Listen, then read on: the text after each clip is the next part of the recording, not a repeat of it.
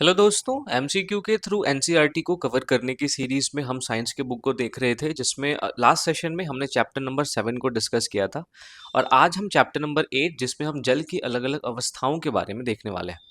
तो आई am your दोस्त Rahul Sharma and I welcome you all to Rahul Sharma education. दोस्तों, इस सेशन में हम जल की अलग अलग अवस्थाओं के बारे में इस चैप्टर में जितने भी कॉन्सेप्ट्स हैं उन सारे कॉन्सेप्ट्स को हम बहुत ज़्यादा विस्तार से चर्चा करेंगे। उन सारे कॉन्सेप्ट्स को हम एमसीक्यू के थ्रू समझने की कोशिश करेंगे ताकि हमारे दिमाग में क्वेश्चन सॉल्विंग की जो क्वालिटी है वो भी डेवलप हो सकती है। ठीक है, तो सबसे पहला सवाल आज का जो है वो है हमारा वाष्पीकरण से रिलेटेड असर्शन रीजन का सवाल है। कथन है कि जल का वाष्पीकरण किसी भी तापमान पर हो सकता है क्योंकि वाष्पीकरण केवल 100 डिग्री सेल्सियस पर ही संभव है।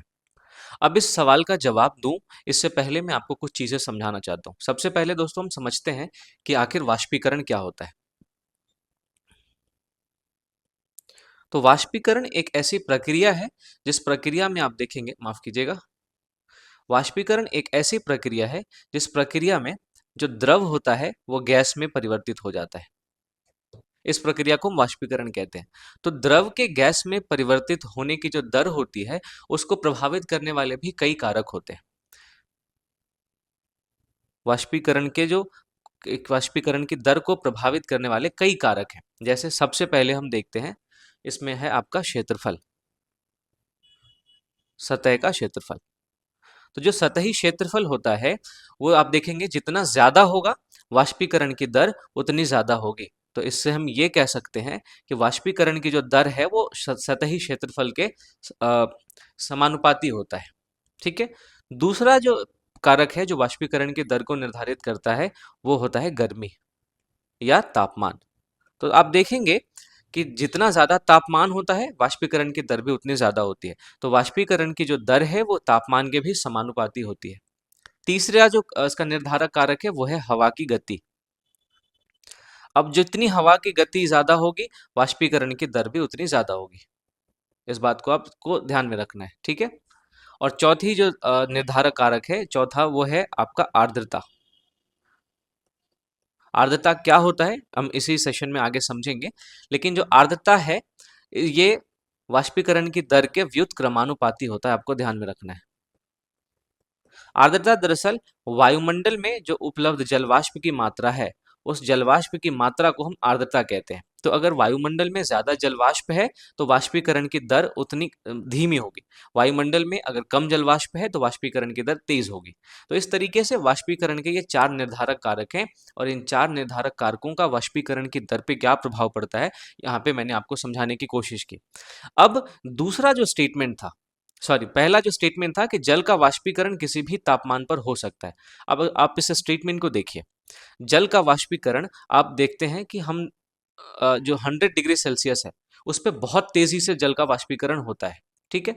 लेकिन आपने गौर किया होगा कि कभी अगर आपके रूम में कहीं पे पानी गिर जाए या फिर आप कपड़ा जब बाहर सूखने के लिए डालते हैं तो बाहर का टेम्परेचर क्या 100 डिग्री सेल्सियस होता है? नहीं होता।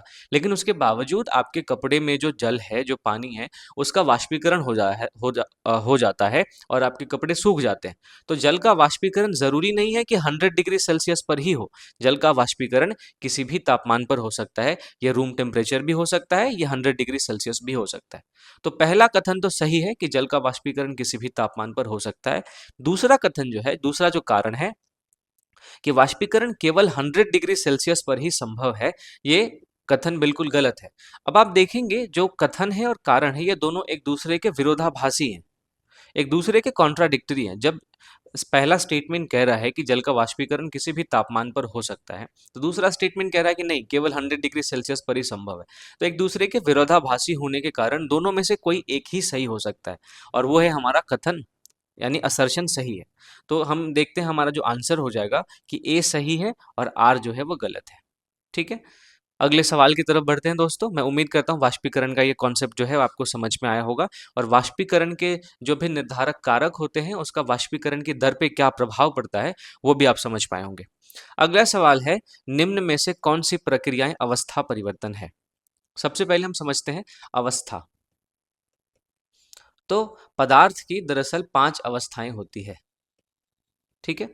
इन 5 अवस्थाओं में सबसे पहला है ठोस, उसके बाद है द्रव, फिर है आपका गैस, चौथी अवस्था है प्लाज्मा, और पांचवी अवस्था है Bose Einstein condensate state, condensate. तो ये पांच अवस्थाएं जो है वो किसी भी पदार्थ की होती है। अब इन पांच अवस्थाओं में हमें इस चैप्टर में केवल ठोस, द्रव और गैस के बारे में पढ़ना है, क्योंकि जल जो है वो इन तीनों अवस्थाओं में पाया जाता है। अब यहाँ पे कुछ प्रक्रियाएं दी गई हैं, इन प्रक्रियाओं में अवस्था परिवर्तन होता है या नहीं होता है, ये हमें फाइंड आउट करना है। तो पहली अवस्था है वाष्पीकरण। देखिए, वाष्पीकरण में अवस्था परिवर्तन होता है, क्योंकि वाष्पीकरण में जो द्रव है वो द्रव गैस में परिवर्तित होता है। ठीक है। संघनन भी एक ऐसी प्रक्रिया है जिसमें गैस जो है वो दोबारा से द्रव में परिवर्तित होता है। और गलन एक ऐसी प्रक्रिया है जिसमें ठोस जो है वो द्रव में परिवर्तित होता है। जो बर्फ है, आप उसको पानी में बदलता हुआ देखेंगे तो ये गलन प्रक्रिया के कारण होता है। ठीक है। तो ये तीनों में आप देखेंगे कि अवस्था परिवर्तन हो रहा है। लेकिन जो अपक्षय है, अपक्षय का मतलब होता है चट्टानों का टूटना फूटना। तो चट्टान जब टूट फूट जाते हैं तो आप देखेंगे कि इनकी अवस्था में कोई भी परिवर्तन नहीं होता। ये चट्टान पहले भी ठोस रहते हैं और टूटने फूटने के बाद भी ये ठोस ही रहते हैं। तो यहाँ पे हमें किसी भी प्रकार का अवस्था परिवर्तन देखने को नहीं मिलता। इसलिए ये वाष्पीकरण, संघनन और गलन तीन प्रक्रियाएं हैं जिनमें हमें अवस्था परिवर्तन देखने को मिलता है। अपक्षय में अवस्था परिवर्तन नहीं होता। तो हमारा जो सही जवाब है वो हो जाएगा आपका 1, 2 और 3, ऑप्शन नंबर ए।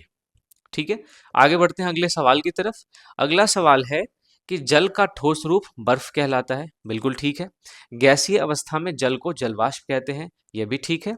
द्रव अवस्था में जल बह नहीं सकता।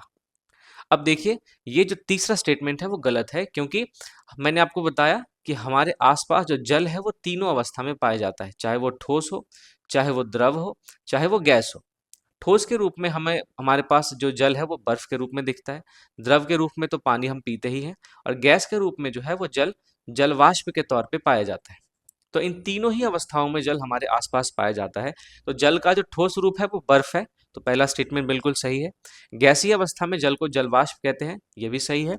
द्रव अवस्था में जल बह नहीं सकता, ये स्टेटमेंट गलत है, क्योंकि जो द्रव होता है इसकी प्रॉपर्टी होती है कि ये बहता है, इसका आयतन निश्चित होता है, लेकिन इसका आकार निश्चित नहीं होता। आकार निश्चित नहीं होता। तो द्रव अवस्था में जल बह नहीं सकता, यह स्टेटमेंट गलत है और पहला दूसरा सही है। तो हमारा सही विकल्प हमें चुनना है, तो सही विकल्प हम चुनेंगे केवल 1 और 2, ऑप्शन नंबर ए। उम्मीद करता हूं आपको समझ आ रहा होगा। अगले क्वेश्चन की तरफ बढ़ते हैं दोस्तों। अगला क्वेश्चन जो है वो ये है कि कांच के गिलास में ठंडा जल व बर्फ रखने पर बाहर जल की बूंदें क्यों दिखाई देती है। ऑप्शन ए, बर्फ पिघलकर बाहर निकलती है। ऑप्शन बी, गिलास से जल रिसता है। ऑप्शन सी, वायुमंडल की नमी संघनित होकर बाहर जमती है। और ऑप्शन डी, गिलास पर जल का वाष्पीकरण होता है। देखिए, इस प्रोसेस को हम समझते हैं।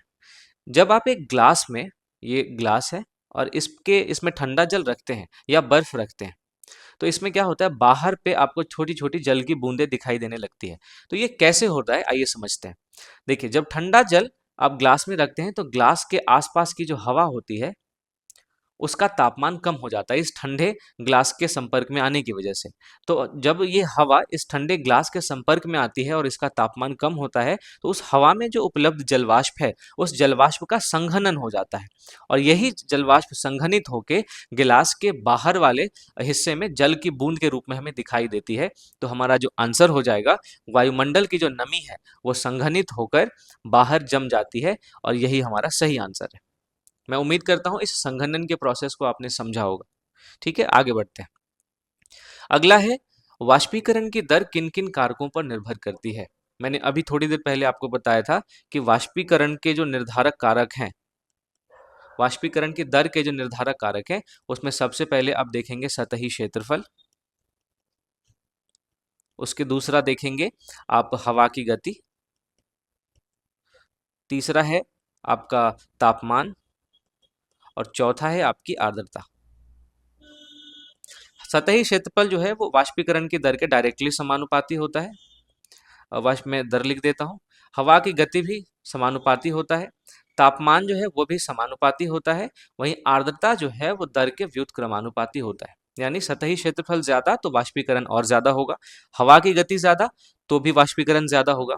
इसका एग्जाम्पल के तौर पे मैं आपको बताता हूँ, जब तेज हवा चलती है तो कपड़े क्या होते हैं, जल्दी सूख जाते हैं। इसके पीछे का साइंस ये है कि मान लीजिए ये एक कपड़ा है और ये तेज हवा में बह रहा है, तेज हवा में हमने इसको डाला हुआ है और ये भीगा हुआ है। जब तेज हवा चलती है तो इसके आसपास की जो आर्द्रता युक्त हवा है वो थोड़े थोड़े समय पे जल्दी जल्दी विस्थापित होती रहती है ना। तो जल्दी जल्दी यहाँ के इसके आसपास की हवा के विस्थापन होने की वजह से जो नई हवा आती है उसमें आर्द्रता ग्रहण करने की क्षमता और ज्यादा होती है। तो इस कपड़े से जो पानी है वो और जल्दी खींच जाता है, इस वजह से कपड़े जल्दी सूख जाते हैं। तो हवा की गति भी वाष्पीकरण के दर के समानुपाती होती है। तापमान जितना ज्यादा वाष्पीकरण की दर उतनी ज्यादा, और आर्द्रता जितनी ज्यादा वाष्पीकरण की दर उतनी कम। क्योंकि अगर वायुमंडल में पहले से आर्द्रता होगी, आर्द्रता क्या है, वायुमंडल में उपलब्ध जलवाष्प की मात्रा। तो वायुमंडल में अगर पहले से जलवाष्प उपलब्ध होगा तो हम देखते हैं वाष्पीकरण जो है वो धीमा हो जाता है, और वायुमंडल अगर शुष्क है तो ऐसे में आर्द्रता जो है, माफ कीजिएगा, जो वाष्पीकरण की दर है वो और ज्यादा तेज हो जाती है। तो हमारा जो इस सवाल का जवाब है वो ऑप्शन ए हो जाएगा, सतह क्षेत्रफल, हवा की गति, तापमान और आर्द्रता। ठीक है, आगे बढ़ते हैं। अगला जो सवाल है, माफ कीजिएगा, अगला जो सवाल है असर्शन रीजन का सवाल है दोस्तों। ठंडी सतह पर जल वाष्प के संघनन से बूंदी बनती है। अभी मैंने थोड़ी देर पहले आपको बताया कि संघनन की वजह से जब कोई भी ठंडी सतह के संपर्क में हवा आती है तो उस हवा में जो उपलब्ध जल वाष्प है वो ठंडी सतह के संपर्क में आने से उसका तापमान कम होता है और संघनन हो जाता है, तो इससे जल की बूंदें हमें देखने को मिलती है। तो ये तो सही है, क्योंकि जलवाष्प ठंडी सतह पर गैसीय अवस्था में बनी रहती है। देखिए, जलवाष्प जो है वो ठंडी सतह पर गैसीय अवस्था में नहीं बल्कि संघनित होकर द्रव अवस्था में तब्दील हो जाती है। तो जो कारण है, दूसरा स्टेटमेंट तो गलत है। तो ए सही है, आर गलत है, ए सही है, आर गलत है, ऑप्शन नंबर सी हमारा सही जवाब हो जाएगा। अगले सवाल की तरफ बढ़ते हैं दोस्तों। अगला सवाल है कि जल चक्र में कौन सी प्रक्रिया शामिल नहीं है। अब इस सवाल का जवाब देने से पहले हमें समझना पड़ेगा कि जल चक्र क्या होता है। तो जल चक्र क्या है, आइए समझते हैं। स्थल मंडल से और जल मंडल से, या फिर आप ये कह सकते हैं महासागरों से,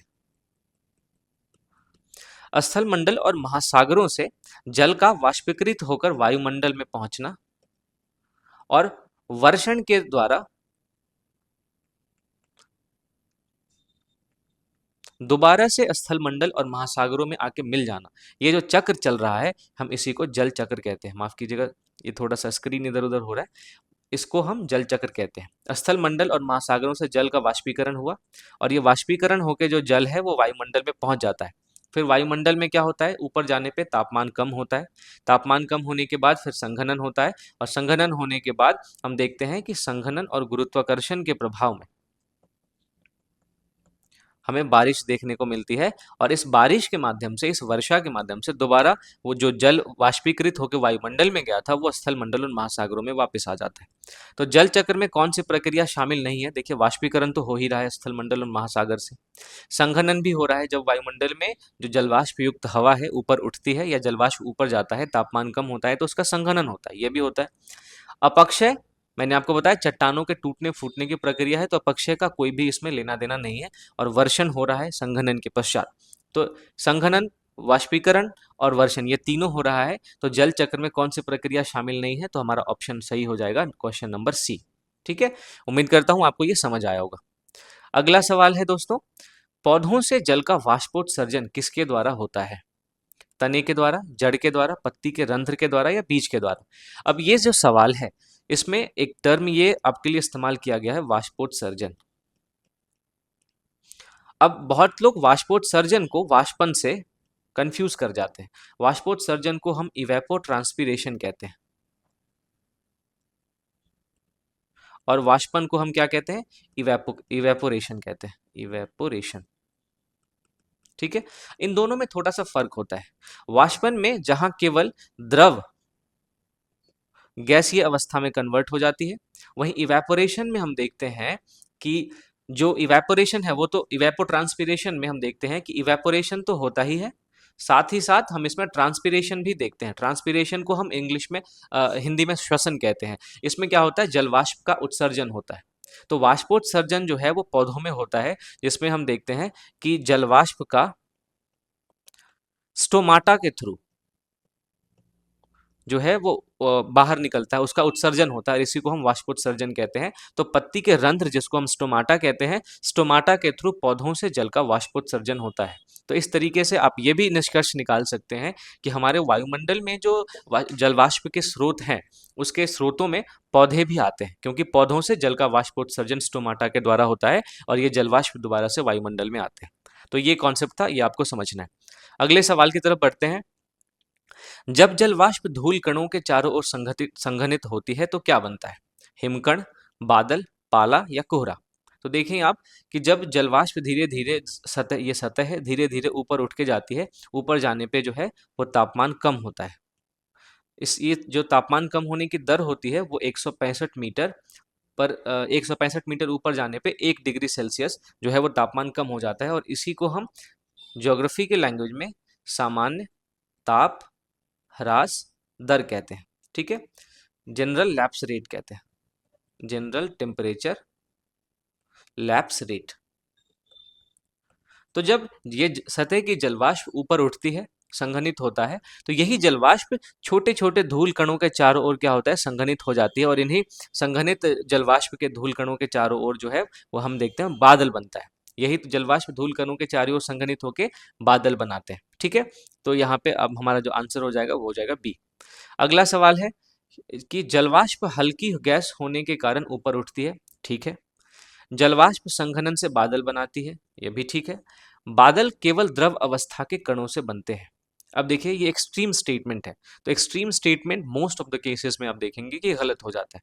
तो जो तीसरा स्टेटमेंट है कि बादल केवल द्रव अवस्था के कणों से बनते हैं, ये गलत है, क्योंकि इसमें धूल कण भी होते हैं और भी कई सारे पार्टिकल्स होते हैं जिसमें आप देखेंगे, और इसमें कुछ तो गैस भी होते हैं। तो बादल जो है वो केवल द्रव अवस्था के कणों से नहीं बनते, इसमें हमें धूल कण भी देखने को मिलते हैं। तो तीसरा स्टेटमेंट गलत है, पहला दूसरा सही है। तो सही कथन हमें से पूछा गया है, तो सही कथन केवल एक और दो, केवल एक और दो, ऑप्शन नंबर ए हमारा सही जवाब हो जाता है। अगले सवाल की तरफ बढ़ते हैं दोस्तों। अगला सवाल है, ग्रीष्म काल में मिट्टी के घड़े में रखा पानी ठंडा क्यों हो जाता है? अब इसका एक पूरा कॉन्सेप्ट है, आइए समझते हैं। यह है हमारा मिट्टी का घड़ा। अब दरअसल होता क्या है, जब हम इसमें पानी डालते हैं तो मिट्टी के घड़े से, अब चूंकि वो मिट्टी की बनी है तो उसके बाहरी सतह पर पानी थोड़ा सा रिस रिस के आता है। ठीक है, अब क्या होता है कि ये जो बाहर में पानी आया, इसका वाष्पीकरण होता है। तो मिट्टी के घड़े का जो ऊष्मा है, घड़े का जो टेम्परेचर है, उस गर्मी का इस्तेमाल करके ये मिट्टी के घड़े के बाहर की तरफ का जो पानी रिस रहा है, ये वाष्पीकृत हो जाता है। तो वाष्पीकृत जब होता है तो उसके लिए ये घड़े की गर्मी का इस्तेमाल करता है, या घड़े की जो आसपास की हवा है उसकी गर्मी का इस्तेमाल करता है। तो इससे होता यह है कि घड़े की जो गर्मी है वो निकल के वायुमंडल में पहुंच जाती है। किस रूप में? मैंने आपको बताया, जब पदार्थ की अवस्था में परिवर्तन होता है तो हमें गुप्त ऊष्मा का कॉन्सेप्ट याद रखना है। तो गुप्त ऊष्मा के रूप में जो घड़े की गर्मी है वो पहुंच जाती है वायुमंडल में, या घड़े के आसपास की हवा की जो गर्मी है वायुमंडल में पहुंच जाती है, और इस वजह से जो घड़ा है वो पानी ठंडा हो जाता है। और इस पूरे प्रोसेस को हम क्या कहते हैं? हम इस पूरे प्रोसेस को कहते हैं शीतलन प्रभाव। तो शीतलन प्रभाव केवल आपको मिट्टी के घड़े में ही नहीं, आप देखते होंगे कि गर्मी के दिनों में लोग छत पे सोने से पहले ठंडा पानी डाल देते हैं, तो वो ठंडा पानी छत के सतह की गर्मी का इस्तेमाल करके वाष्पीकृत हो जाता है, और फिर जो छत की गर्मी है वो गुप्त ऊष्मा के रूप में वायुमंडल में चली जाती है, और हमारा जो छत का सतह है वो ठंडा हो जाता है। तो जल वाष्पीकरण के कारण शीतलन प्रभाव उत्पन्न होता है, इसीलिए मिट्टी के घड़े में जो रखा पानी है वो ठंडा हो जाता है। तो ऑप्शन नंबर बी आपका सही जवाब हो जाएगा। मैं उम्मीद करता हूं कि किस तरीके से घड़े का फंक्शन होता है वो आप यहाँ पे समझ पाए होंगे। अगला सवाल है, वाष्पीकरण से शीतलन प्रभाव क्यों उत्पन्न होता है? क्योंकि वाष्पीकरण, माफ कीजिएगा, क्योंकि वाष्पीकरण में ऊष्मा निकलती है, ये गलत है। वाष्पीकरण में ऊष्मा अवशोषित होती है, ये ठीक है।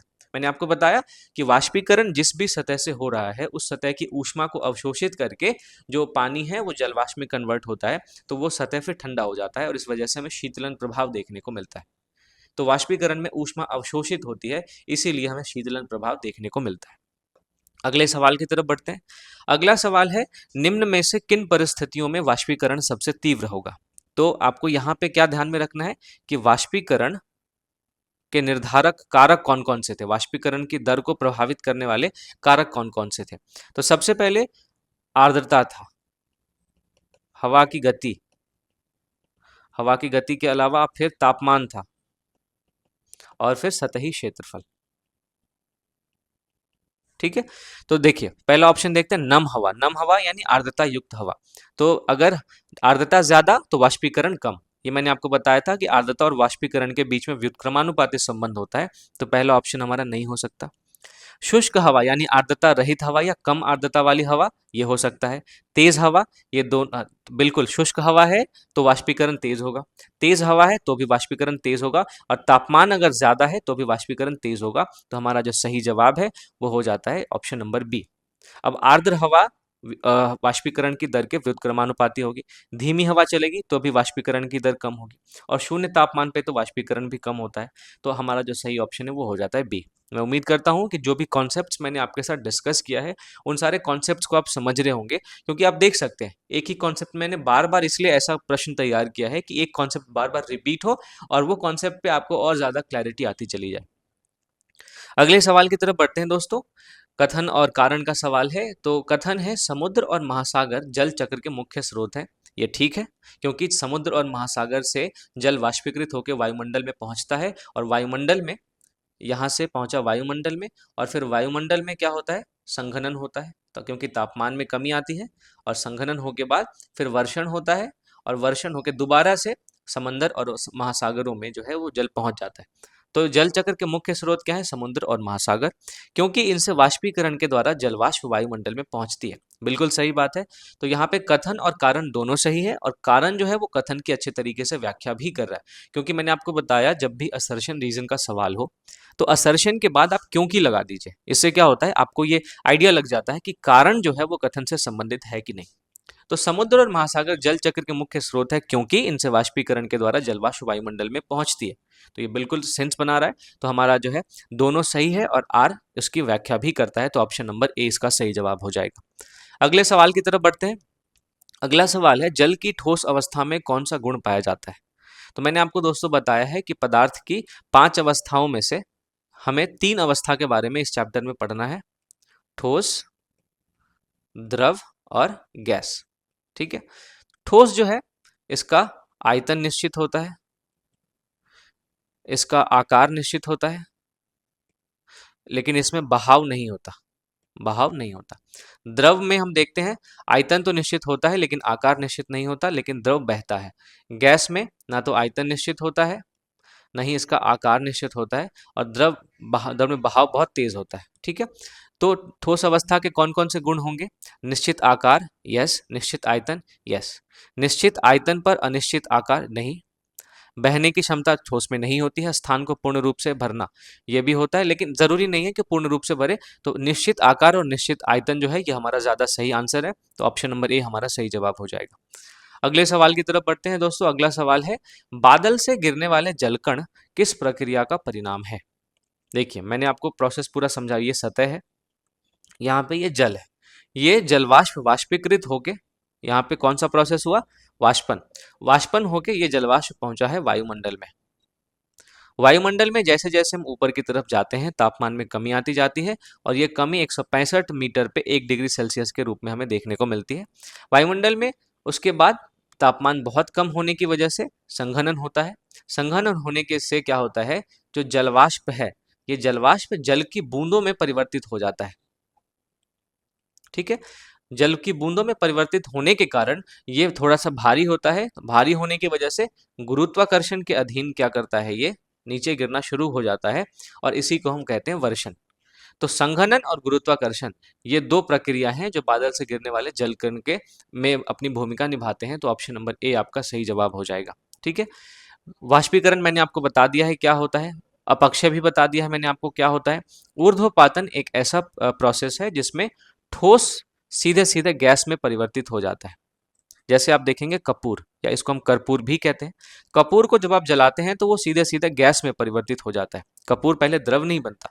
तो ठोस से गैस में परिवर्तित होने की प्रक्रिया को हम ऊर्ध्वपातन कहते हैं, इंग्लिश में हम इसको सब्लिमेशन कहते हैं। ठीक है, आगे बढ़ते हैं। अगला सवाल है, कौन सा कथन सही नहीं है। आपको ध्यान रखना है, आपसे सवाल क्या पूछा गया है उस पर आपका बिल्कुल पूरा ध्यान होना चाहिए। तो कौन सा कथन सही नहीं है, जलवाष्प हमेशा दृष्टिगोचर होती है, यह बिल्कुल गलत है, क्योंकि जलवाष्प क्या है, गैस है। जो कि अदृश्य होती है। तो हमेशा हमें दिखती है ऐसा जरूरी नहीं है, तो ये कथन हमारा गलत है।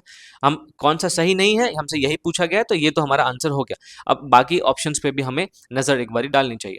भाप में जल की सूक्ष्म बूंदें होती हैं, ये बिल्कुल ठीक बात है। संघनन से जलवाष्प द्रव में बदलता है, मैंने आपको बताया गैस जो है वो द्रव में बदलता है, तो ये भी ठीक है। और वाष्पीकरण किसी भी तापमान पर संभव है, ये भी ठीक है। मैंने थोड़ी सबसे पहले सवाल में ही आपको बताया था कि वाष्पीकरण कमरे के ताप पर भी हो सकता है, वाष्पीकरण 100 डिग्री सेल्सियस पे भी हो सकता है, तो वाष्पीकरण किसी भी तापमान पे संभव है। तो कौन सा कथन सही नहीं है? ऑप्शन नंबर ए कि जलवाष्प हमेशा दृष्टिगोचर होती है। अगला सवाल है कथन आधारित है, जिसमें से हमें सही विकल्प चुनना है। तो पहला कथन है हिमालय में नदियों का जल बर्फ से आता है, ठीक है। भूमिगत जल वाष्पीकरण में योगदान नहीं करता। देखिए भूमिगत जल वाष्पीकरण में योगदान करता है, किस तरीके से?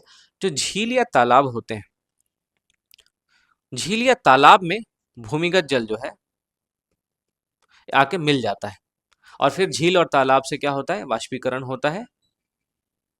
तो हम देखते हैं कि इस तरीके से जो भूमिगत जल है वो इनडायरेक्टली वाष्पीकरण में योगदान करता है। तो यहाँ पे लिखा हुआ है भूमिगत जल वाष्पीकरण में योगदान नहीं करता, तो दूसरा तो गलत हो गया। दूसरा गलत होने से हमारा ऑप्शन नंबर ये खत्म, ये खत्म और ये खत्म, तो क्या बचता है? Option number C. तो इस तरीके से इस सवाल को हमने एलिमिनेशन से सॉल्व कर लिया। लेकिन फिर भी हम तीसरा ऑप्शन देखते हैं कि जलवाष्प जो है वो आर्द्रता में वृद्धि करती है, ये बिल्कुल सही है, क्योंकि आर्द्रता की परिभाषा ही आप देखेंगे क्या है? वायुमंडल में उपलब्ध जलवाष्प की मात्रा, इसी को हम आर्द्रता कहते हैं, ठीक है। आर्द्रता के बारे में मैं आपको एक और बात बता दूं कि अगर आप जब ज्योग्राफी पढ़ेंगे तो आर्द्रता कई तरीके से मापी जाती है, जिसमें सबसे पहला होता है सापेक्षिक आर्द्रता, दूसरा होता है निरपेक्ष आर्द्रता, और तीसरा होता है विशिष्ट आर्द्रता। अब तीनों में थोड़ा सा अंतर है। सापेक्षिक आर्द्रता एक अनुपात है, कुल धारण करने की जितनी आपकी क्षमता है उसमें से कितना अभी आपके वायुमंडल, किसी भी वायुमंडल के किसी भी वायु राशि में कितनी आर्द्रता है, इसका अनुपात होता है। उपलब्ध और जो कुल धारण करने की क्षमता है उसका अनुपात होता है सापेक्षिक आर्द्रता। निरपेक्ष आर्द्रता जो है ये बिल्कुल निरपेक्ष होता है, ये प्रति इकाई आयतन में कितना जो आर्द्रता है उसको मापता है। विशिष्ट आर्द्रता प्रति इकाई द्रव्यमान में मापता है। तो ये तीनों जो है वो अलग अलग प्रकार की चीजें हैं, जिसको मैं आपको ज्योग्राफी में बताऊंगा कि किस तरीके से सापेक्षिक आर्द्रता, निरपेक्ष आर्द्रता और विशिष्ट आर्द्रता एक दूसरे से भिन्न है, और अलग अलग पर्पस के लिए इन तीनों का इस्तेमाल होता है। तो ये जो हमारा कथन था 18, उसका सही जवाब हमने क्या चुना? ऑप्शन नंबर सी, क्योंकि दूसरा कथन गलत है, पहला और तीसरा सही है। अगले सवाल की तरफ बढ़ते हैं। अगला सवाल है जल हमारी आवश्यकता से पहले हमारी जिम्मेदारी है, यह किससे जुड़ा है? तो देखिए जल संरक्षण, जल वाष्पीकरण, जल प्रदूषण, जल चक्र। अब हमारी जिम्मेदारी है कि हम जल को प्रोटेक्ट करें, हम इसका मतलब क्या है? जल संरक्षण। तो ये सिंपल सा सवाल था, इसमें बहुत ज्यादा कोई कॉन्सेप्ट है नहीं। तो अब बढ़ते हैं अगले सवाल की तरफ। अगला सवाल है दोस्तों, ओस की बूंदें किस प्रक्रिया का परिणाम है? ओस की बूंदें आप कब देखते हैं? ठंडी के दिनों में। ठंडी के दिनों में दरअसल क्या होता है, आप एक कॉन्सेप्ट को समझिए। ये अगर सन है, ये अगर हमारी धरती है, दिन के समय हमें सौर विकिरण देखने को मिलता है। ये ज्योग्राफी का थोड़ा कॉन्सेप्ट है, लेकिन आपको यहाँ पे समझने की जरूरत है, ठीक है। दिन के समय सौर विकिरण होता है और ये सतह पूरी गर्म हो जाती है। फिर पार्थिव विकिरण रात के समय हम देखने को मिलता है।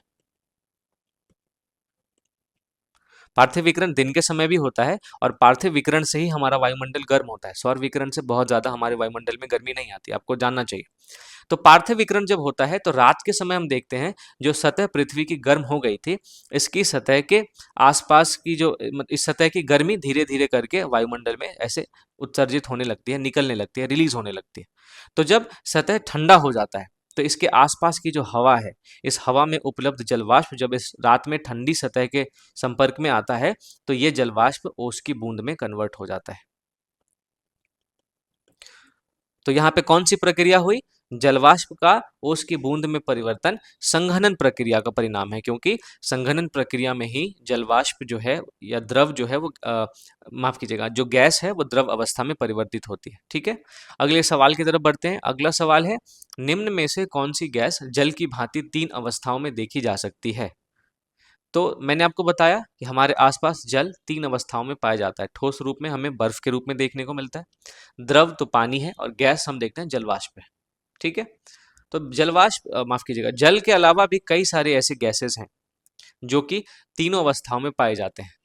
कार्बन डाइऑक्साइड वो ऐसा गैस है जो तीनों अवस्थाओं में पाया जाता है, जिसमें आप देखेंगे जो कार्बन डाइऑक्साइड ड्राई आइस हम जिसको कहते हैं, ये क्या है, ठोस कार्बन डाइऑक्साइड है, ड्राई आइस। फिर हमारा कार्बन डाइऑक्साइड को हम लिक्विफाई भी कर सकते हैं बहुत ज़्यादा प्रेशर पे, बहुत ज़्यादा दबाव पे हम क्या कर सकते हैं, कार्बन डाइऑक्साइड को द्रव अवस्था में भी परिवर्तित कर सकते हैं। और नॉर्मली हम देखते हैं कि कार्बन डाइऑक्साइड गैसीय अवस्था में तो होता ही है। तो कार्बन डाइऑक्साइड एक ऐसा गैस है जो जल की तरह ही तीन अवस्थाओं में देखी जा सकती है। अगला सवाल है, वाष्पीकरण की गति कम करने वाला कारक कौन सा है? तो मैंने आपको क्या बोला कि वाष्पीकरण की जो गति होती है वो उच्च तापमान के समानुपाती, तेज हवा के समानुपाती, आर्द्रता के व्युत्क्रमानुपाती होती है। और बड़ा सतही क्षेत्रफल तो वाष्पीकरण ज्यादा। तो कम करने वाला कारक क्या होगा, ज्यादा आर्द्रता। अगर वायुमंडल में आर्द्रता ज्यादा तो वाष्पीकरण कम, क्योंकि ये व्युत्क्रमानुपाती संबंध है। अगले सवाल की तरफ बढ़ते हैं दोस्तों। अगला सवाल है, बरसात के दिनों में कपड़े जल्दी क्यों नहीं सूखते? क्योंकि ऑप्शन ए, हवा में अधिक आर्द्रता होने से वाष्पीकरण धीमा हो जाता है। बिल्कुल ठीक है। सूर्य का प्रकाश अधिक होता है, गलत है। बरसात में तो बादल छाए रहते हैं, सूर्य का प्रकाश कहाँ से आएगा। हवा तेज बहती है, ये भी गलत है। जल सतह क्षेत्रफल बढ़ जाता है, इसका कोई सेंस नहीं बनता। तो मैंने आपको बताया है कि जब बरसात के मौसम में वायुमंडल में जलवाष्प की मात्रा ज्यादा होती है, तो आर्द्रता और वाष्पीकरण की दर, इन दोनों के बीच में हमें कैसा संबंध देखने को मिलता है, व्युत्क्रमानुपाती संबंध। इस वजह से बरसात के दिनों में ज्यादा आर्द्रता होने से वाष्पीकरण धीमा हो जाता है और हमारे कपड़े जल्दी नहीं सूखते। अगले सवाल की तरफ बढ़ते हैं दोस्तों। अगला सवाल है, बर्फ से जल बनने की प्रक्रिया को क्या कहते हैं? बर्फ से जल बन रहा है, इस प्रक्रिया को हम क्या कहते हैं, गलन। बर्फ गल के पानी बन जाता है। वाष्पीकरण क्या होता है मैं समझा चुका हूं, संघनन क्या होता है समझा चुका हूं, ऊर्ध्वपातन भी मैंने आपको समझा दिया, जिसमें ठोस बिना द्रव में परिवर्तित हुए सीधा सीधा गैस में परिवर्तित हो जाता है। तो कई सारे ऐसे पदार्थ हैं जो ऊर्ध्वपातन शो करते हैं, जैसे आप देखेंगे कर्पूर है। कर्पूर के अलावा आप आयोडीन को भी देखेंगे कि आयोडीन भी सीधा ठोस से गैस में परिवर्तित हो जाता है और ऊर्ध्वपातन शो करता है। तो हमारा बर्फ से जल बनने की प्रक्रिया क्या है, गलन। ये आपको ध्यान में रखना है। अगला सवाल है, द्रव से ठोस बनने की प्रक्रिया को क्या कहते हैं? फ्रीजिंग कहते हैं। जब आप पानी को फ्रिज में डालते हैं या डीप फ्रीजर में जब आप किसी बॉटल में पानी रख के डालते हैं तो वो ठोस बन जाता है, बर्फ बन जाता है, और इसको हम क्या कहते हैं, फ्रीजिंग कहते हैं, जमना। गलन मेल्टिंग होता है, संघनन कंडेंसेशन होता है, ऊर्ध्वपातन सब्लिमेशन होता है, मैंने आपको बता दिया है। तो हमारा ऑप्शन क्या है, ऑप्शन नंबर ए। अगला सवाल है, निम्न में से किस प्रक्रिया में गुप्त ऊष्मा प्रयुक्त होती है? पिघलना और वाष्पीकरण में, जमना और संघनन में। संघनन में जो और जो लेटेंट हीट है वो प्रयुक्त नहीं होती। मैंने आपको बताया है कि जब बर्फ को पिघलाते हैं, जब बर्फ पिघलता है तो हम बर्फ पिघलाने के लिए क्या देते हैं, ऊष्मा। बर्फ पिघल के क्या बनता है, पानी। तो ये जो हमने अतिरिक्त ऊष्मा दिया है वो इस पानी में संचित हो जाता है। फिर पानी को जब हम और ज्यादा ऊष्मा देते हैं तो पानी क्या बन जाता है, जलवाष्प। और जो गुप्त ऊष्मा हमने दी है, जो अतिरिक्त ऊष्मा दी है, वो गुप्त ऊष्मा के रूप में किसमें संचित हो जाता है, जलवाष्प में। तो पिघलना और वाष्पीकरण जो है उसमें गुप्त ऊष्मा प्रयुक्त होता है। ठीक है। अगले सवाल की तरफ बढ़ते हैं। जल चक्र का सही क्रम कौन सा है? जल चक्र में मैंने आपको बताया कि सबसे पहले स्थल से और महासागर से, जो भी जल के स्रोत हैं, यहाँ से क्या होता है, सबसे पहले वाष्पीकरण, उसके बाद ऊपर में जाके संघनन होता है, संघनन होने के बाद फिर वर्षण होता है। तो वाष्पीकरण एक, संघनन दो, वर्षण तीन। वाष्पीकरण संघनन वर्षण, आपका ऑप्शन नंबर ए जो है वो सही जवाब है। अगले सवाल की तरफ बढ़ते हैं। अगला सवाल है, निम्नलिखित में से किस स्थिति में शीतलन प्रभाव सबसे अधिक होगा? शीतलन प्रभाव मैंने आपको समझाया कि जैसे मटके में जब हम पानी रखते हैं तो मटके के चारों तरफ इस मिट्टी की सतह से जब पानी ऐसे बाहर आता है तो मटके की गर्मी का इस्तेमाल करके ये पानी वाष्पीकृत हो जाता है और मटके की जो सतह है या मटके के आसपास की जो हवा है वो क्या होती है, ठंडी हो जाती है। तो जो शीतलन प्रभाव है सबसे ज्यादा प्रभावी कब होगा, देखते हैं। हाथ पर पानी छिड़कना और पंखे के नीचे बैठना। देखिए, जब आप अपने हाथ पर पानी छिड़केंगे तो उससे क्या होगा, पानी आपके सतह की, आपके हाथ की सतह की गर्मी का इस्तेमाल करके वाष्पीकृत हो जाएगा। इससे आप जब पंखे के नीचे बैठेंगे तो आपको क्या लगेगी, हवा। और तेज हवा तो वाष्पीकरण और ज्यादा, है ना? तो जब आप अपने हाथ पर पानी छिड़केंगे और ये पानी तेज़ हवा में बहुत तेज़ी से वाष्पीकृत होगा, तो आपके हाथ का जो टेम्परेचर है, उसका इस्तेमाल करके ये पानी वाष्पीकृत होगा, तो आपको और ज़्यादा ठंडा महसूस होगा।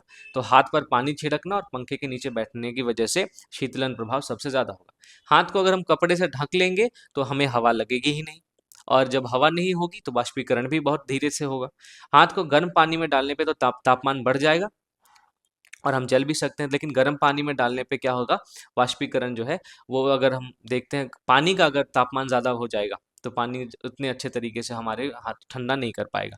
हाथ पर तेल लगाने से भी कोई फ़र्क नहीं पड़ेगा। तो शीतलन प्रभाव में सबसे जो अधिक प्रयुक्त क्या होगा, हाथ पर पानी छिड़कना और पंखे के नीचे बैठना। अगले सवाल की तरफ बढ़ते हैं। वायुमंडल में जलवाष्प की मात्रा किससे मापी जाती है? मैंने आपको आर्द्रता की परिभाषा बताया कि वायुमंडल में उपलब्ध जलवाष्प की मात्रा को आर्द्रता कहते हैं। तो जलवाष्प की मात्रा किससे मापी जाएगी? आर्द्रता से। ठीक है। अगला सवाल है, जल के महत्व के संदर्भ में कौन सा कथन सही है? पृथ्वी पर उपलब्ध जल मनुष्यों के लिए उपयोगी है। सही आपसे पूछा जा रहा है दोस्तों, आपको ध्यान में रखना है। पृथ्वी पर उपलब्ध समस्त जल मनुष्यों के लिए उपयोगी है। आप देखेंगे कि हमारे कुल जल का लगभग 70% जो है वो महासागरों में है।